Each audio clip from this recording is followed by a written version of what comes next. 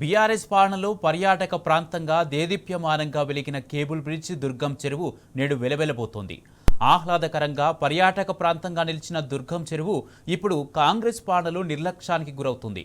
చారిత్రక కట్టడాలు సుందరీకరణతో విరాజిల్లిన హైదరాబాద్ మహానగరం నేడు పాలకవర్గం నిర్లక్ష్యంతో కళావిహీనంగా మారింది.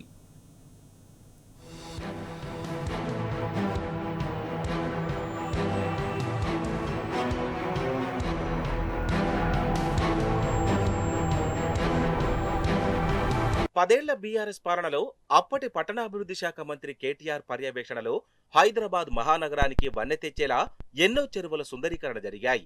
అందులో దుర్గం చెరువు కేబుల్ బ్రిడ్జి పర్యాటక ప్రాంతంగా కూడా మారింది. కానీ నేడు కాంగ్రెస్ పాలనలో నిర్లక్ష్యానికి గురవుతుంది. పర్యాటకులకు ఆహ్లాదాన్నిచ్చిన దుర్గం చెరువు కేబుల్ బ్రిడ్జి అందాలన్నీ ఇప్పుడు కనుమరుగయ్యాయి. పాలకవర్గ నిర్లక్ష్యం, అధికారుల వైఫల్యంతో దుర్గం చెరువు ప్రతిష్ట మసకబారుతోంది.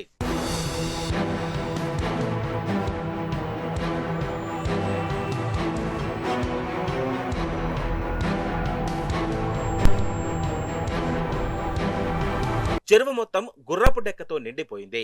రేవంత్ సర్కార్ గుర్రపు డెక్కను తొలగించకపోవడంతో పర్యాటకులు ఆగ్రహం వ్యక్తం చేస్తున్నారు. బోటింగ్ చేసే వేలు కూడా లేకపోవడంతో తీవ్ర అసహనం వ్యక్తం చేస్తున్నారు.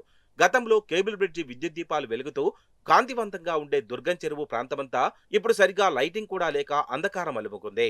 తెలంగాణ రాష్ట్రంలో ఐటీ సెక్టర్ కానీ ఈ ప్రాంతానికి అన్నిటి కూడా తెలంగాణ ఒక చాలా ప్రధానమైన బ్రిడ్జ్ ఇది. ఆ బ్రిడ్జిని అప్పట్లో కేటీఆర్ గారి నాయకత్వంలో, కేసీఆర్ గారి నాయకత్వంలో 32 ఫ్లైఓవర్లు కానీ, చాలా అండర్ పాస్లు కానీ, చాలా కనెక్టివ్ రోడ్లు కానీ వేయడం జరిగింది.